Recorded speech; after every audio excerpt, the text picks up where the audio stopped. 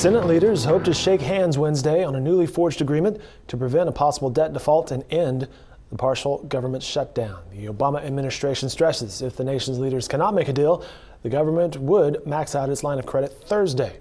Meanwhile, efforts in the U.S. House of Representatives to come up with a new plan failed Tuesday evening because of divisions within the GOP. Here with more on the ongoing stalemate in Washington, D.C. is Chris Casteel with the Oklahoman. Sir, how are you doing today? I'm fine, Dave. How are you? Well, I'm doing well, and I'm listening to the radio, NPR, looking at my Twitter feed, checking the wire on the way in. There's a lot going on in Washington today. Yeah, there is, and a lot of it, after yesterday when, you had the meltdown among the House Republicans, a lot of it now, has obviously gone back to the Senate in terms of, what's going to actually be in the package. Not much, really. Some extensions of the deadlines for the debt ceiling and the funding of government, and I believe a requirement that the people who get subsidies through Obamacare prove that they're eligible for them. So really what we're talking about now today, Dave, I think a lot of it in the next few hours is going to be about Washington process, and this is kind of in the weeds stuff, about who goes first, House or the Senate, whether any senator like Ted Cruz from Texas objects to moving this thing along quickly. Is there a way around that if he does? It's more, to me, at this point, a case of, does this get done really quickly or does this drag into next week? Again, just because of, like I said, kind of in the weeds legislative process stuff. Well, there's certainly been nothing moving quickly about it so far. Chris, we mentioned the division within the Republican Party, and that included some of the delegates from Oklahoma. Yeah, I think the delegation, the House delegation, let's talk about, there's 5 Republicans, 2 of whom are new, Markwayne Mullin and Jim Bridenstine from Eastern Oklahoma. The other 3 are pretty veteran. And Jim Bridenstine, Tulsa guy, Tea Party guy, he was one of the ones pushing this whole strategy. Let's defund Obamacare on the continuing resolution. Let's say that we're going to fund everything in the government but Obamacare. Well, your veteran legislators like Tom Cole and James Langford, Frank Lucas, they never thought it would work. They stood up to these Tea Party people at town hall meetings in August and said, look, it's not going to work. It's going to lead to a shutdown. This isn't the thing to do. It's a failed strategy. Tom Cole at a town hall meeting and more even just predicted the exact sequence of events that eventually played out. Still, the entire Republican caucus, in the House, every Republican in the House voted for all of this every step of the way. They were with Jim Bridenstine and Ted Cruz and that strategy every step of the way so far, just with talking points. And, here it is, exactly what they predicted. And at the end of it, today, the temporary end to it, they're going to get, something that is, obviously not anywhere close to, what they were seeking. So there's going to be division in the vote on this stuff today, because some of these Tea Party people were never going to vote to raise the debt ceiling. I don't care what you put in it. They're not going to vote to raise it. So this was always going to require Democratic votes and not a united Republican caucus, which seems so essential to them.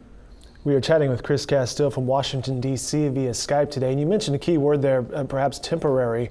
So even if an agreement is reached today or soon, we could still see a similar standoff early next year?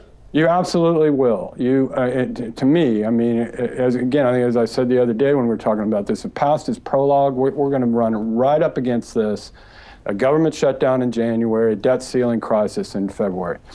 But at least what they're going to be on to now are the big budget debates that they were supposed to have 2 weeks ago, 3 weeks ago, months ago, really, they were supposed to be talking about this budget stuff. Again, it gets all into process and, budget conferences and everything. But here's the deal about this. The Republicans are not going to get the Ryan budget, what's called the Ryan budget, the Paul Ryan budget. They're not going to privatize Medicare. It ain't happening.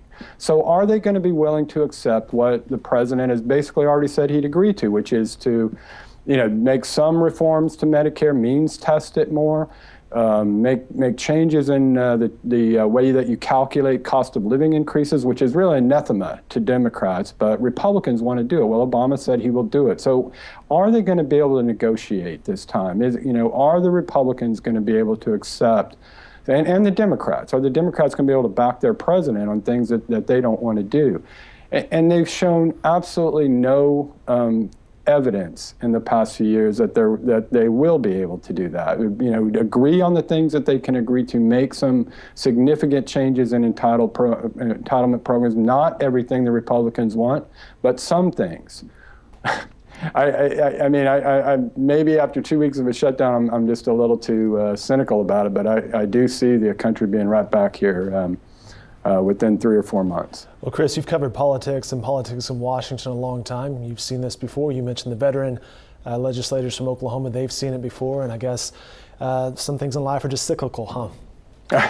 I guess, and they never seem to learn from the time before. So that's why I hate to be so pessimistic about what's going to happen in these budget negotiations, but it's the same thing that happened with the so-called super committee back in 2011. It was really not even a serious attempt, and so I would think the country would be hoping right now, the middle of the country on the spectrum, that these guys can get together and make some significant changes, bring down the annual deficits, tame the debt going out into the future, and walk away and then fight another battle about this, in a reasonable way next year and the year after that, and not try to do everything at once and get things that nobody can, that's absolutely impossible to achieve politically.